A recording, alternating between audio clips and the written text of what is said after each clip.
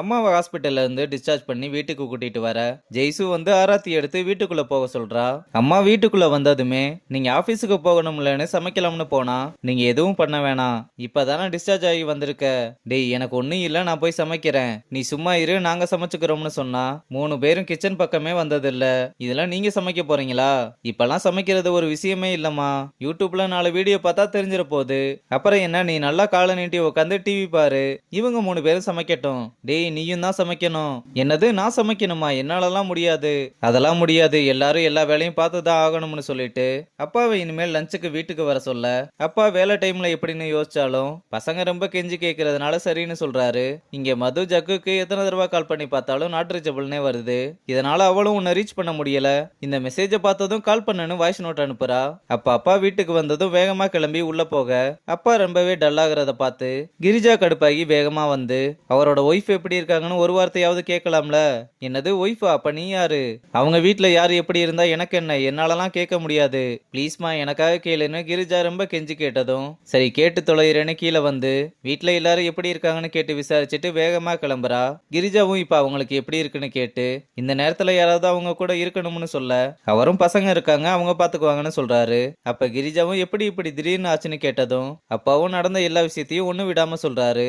அவங்களும் அதை கேட்டு இதுல ஜெய்சு மேல எந்த தப்பும் இல்ல, அவளுக்கு ஒரு நல்ல இடமா பார்த்து கல்யாணம் பண்ணி வச்சா எல்லாமே சரியாயிரும்னு சொல்றாங்க.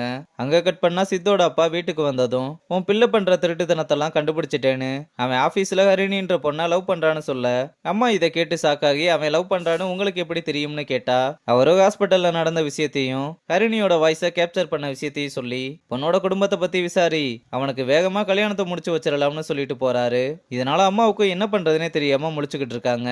இங்க ஹரிணியும் சாப்பிடாம இருக்கத பார்த்து அவனோட சாப்பாடை எடுத்து கொடுத்து சாப்பிட சொல்லிட்டு வீட்டுல நடக்கிற பிரச்சனைக்கெல்லாம் சாப்பிடாம இருக்க கூடாது, என்ன பாரு ஒரு பொண்ணு பின்னாடி 6 மாசமா சுத்துறேன், அவளும் ஓகே சொல்லவே மாட்றா, ஆனா அதுக்காக சாப்பிடாமலா இருக்கேன், தெம்பா இருந்தா தானே வெயிட் பண்ண முடியும், நீங்க வெயிட் பண்றதெல்லாம் வேஸ்ட், அந்த பொண்ணு நீங்க எவ்வளவு நாள் வெயிட் பண்ணாலும் உங்களுக்கு ஓகே சொல்ல மாட்டான்னு சொன்னதும் நீ மூட் அவுட்ல இருக்கேன்னு உன்ன சமாதானப்படுத்தலாம்னு பார்த்தா நீ என்ன மூட் அவுட் பண்ணி விட்டுக்கிட்டு இருக்க, சரி அப்ப நான் ஒன்னும் சொல்லல, அம்மா கிட்ட ஃபுட்டு நல்லா இருந்துச்சுன்னு சொல்லிருங்கன்னு சொல்லிட்டு கிளம்புறா. அப்புறம் நைட்டு ஊர்ல இருந்து அத்தை மாமாலாம் அம்மாவை பார்க்க வந்திருக்காங்க.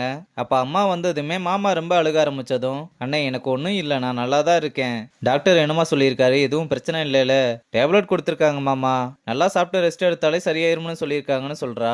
அப்ப அப்பா வந்ததும் என் தங்கச்சி இந்த நிலைமைக்கு போற அளவுக்கு விட்டுருக்க வேணாம், நீங்க பொண்ணு கேட்டு வந்தப்போ உங்களுக்கு சொத்து பத்தலாம் இல்ல, நீங்க நல்லவரா இருக்கீங்கன்னு மட்டும்தான் உங்களுக்கு கொடுத்தோம், அவளுக்கு மட்டும் ஏதாவது ஆச்சுன்னு சொல்லும் போது மச்சான் இப்ப அவ என் பொண்டாட்டி, அவளை எப்படி பாத்துக்கணும்னு எனக்கு தெரியும், இப்ப எதுவும் அவ மனசு கஷ்டப்படுற மாதிரி பேச வேணாம், வாங்க சாப்பிட போலாம்னு கூப்பிடுறாரு.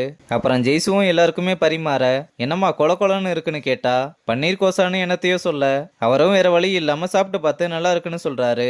அப்ப கடைசி தம்பி வரலையான்னு கேட்டா அவன் லோடு விஷயமா வெளியே போயிருக்காமா, அதான் வரலேன்னு சொல்லிட்டு அப்பவே கீர்த்திக்கு ஜெயஸ்ரீய பேசி முடிச்சிருந்தா இப்படியெல்லாம் நடந்திருக்குமான்னு கேட்க எதுக்குன்னு இப்ப அதெல்லாம் பேசிக்கிட்டு என்ன நடக்குமோ அதுபடிதான் நடக்கும்னு சொல்றாங்க. இங்க சித்து வீட்டுக்கு வந்ததும் அப்பா அவரோட போலீஸ் மூலையை வச்சு எல்லாத்தையுமே கண்டுபிடிச்சிட்டாரு. இனி அவர் சும்மா இருக்க மாட்டாரு, டைரக்டா சம்பந்தம் பேசுறதுல தான் நிப்பாரு. அதுக்கு ஃபர்ஸ்ட் அவ என்ன லவ் பண்ணணுமே, டேய் அதெல்லாம் அவளுக்கு உன் மேல லவ் இருக்கு, ஆனா ஏதோ ஒரு காரணத்துக்காக உங்ககிட்ட சொல்ல மாட்றா, ஆனா இனிமேல் உங்க அப்பாவை சமாளிக்க முடியாது பாத்துக்கோன்னு சொல்லிட்டு கிளம்புறாங்க. இங்க நைட்டு அம்மாவும் அப்பா கிட்ட இப்ப இருக்க சூழ்நிலைக்கு ஜெய்சுவ கீர்த்திக்கே பேசி முடிச்சிடலாமே, கீர்த்திக்கும் பாப்பாவை ரொம்ப பிடிக்கும், அவன் கண்டிப்பா நல்லா பாத்துக்குவான்னு சொல்ல அப்பாவும் சரி ஜெய்சு கிட்ட பேசி பார்க்கலாம், ஆனா அவளை வற்புறுத்த கூடாதுன்னு சொல்றாரு. அங்க கட் பண்ணா மீராவும் பிராக்டிஸ் மேட்ச்ல அம்மாவை பத்தின நினைப்பிலேயே சரியா விளையாடாம அவுட் ஆகுறா. இதனால ஃப்ரெண்டு கரையும் ஏண்டி அவளே சுமாரா தான் பந்து போடுவா, அவ ஓவர்ல போய் அவுட் ஆயிருக்குன்னு கேட்டா என்னால சரியா போக்கஸ் பண்ண முடியல, உன் தர்கா பக்கத்துல ஒருத்தர் வேண்டிக்கிட்டு கயிறெல்லாம் கொடுப்பாருல, அவரோட அட்ரஸ் மட்டும் எனக்கு அனுப்புன்னு சொல்றா.